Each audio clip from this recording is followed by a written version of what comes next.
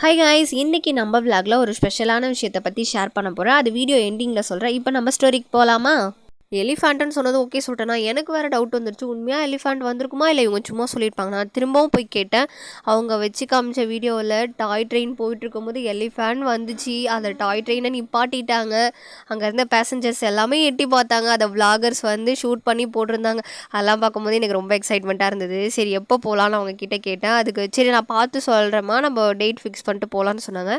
சரிம்மா அப்படின்னு சொல்லிட்டு நானும் கொஞ்சம் எக்ஸைட்மெண்ட் ஆகிட்டேன். நம்மளும் ஊட்டி போகிறோம், டாய் ட்ரெயினில் போகிறோம், எலிஃபேண்ட் பார்க்குறோம். அந்த எக்ஸைட்மெண்ட்டில் இருக்கும்போதே என் ஆசை வந்து என்கிட்ட ஒரு கொஷின் கேட்டாங்க.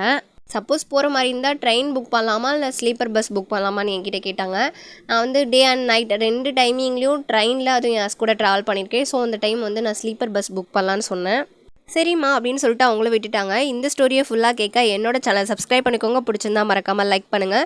நான் வீடியோ ஸ்டார்டிங்லேயே சொல்லியிருப்பேன், ஒரு ஸ்பெஷலான விஷயத்தை நான் அவங்க கூட ஷேர் பண்ணுறேன்னு. அது என்னென்னா, ஆக்சுவலி இந்த ட்ரெயின் வந்து ரொம்ப நேரமாக ரவுண்டிங்லேயே போயிட்டு இருந்தது. நான் வீடியோவே ஒரு 3 மினிட்ஸ் எடுத்திருக்கேன். நான் அதுக்கு மேலேயும் போயிட்டு இருந்தது. அதுதான் இந்த வீடியோட ஸ்பெஷலான விஷயம். எத்தனை பேர் நான் சொல்கிறதுக்கு முன்னாடியே இந்த விஷயத்தை கவனிச்சிங்கன்னு எனக்கு தெரில. அப்படி யாராவது நான் சொல்கிறதுக்கு முன்னாடியே இதை கெஸ் பண்ணியிருந்தால் மறக்காமல் எனக்கு ஒரு கமெண்ட் பண்ணுங்கள்.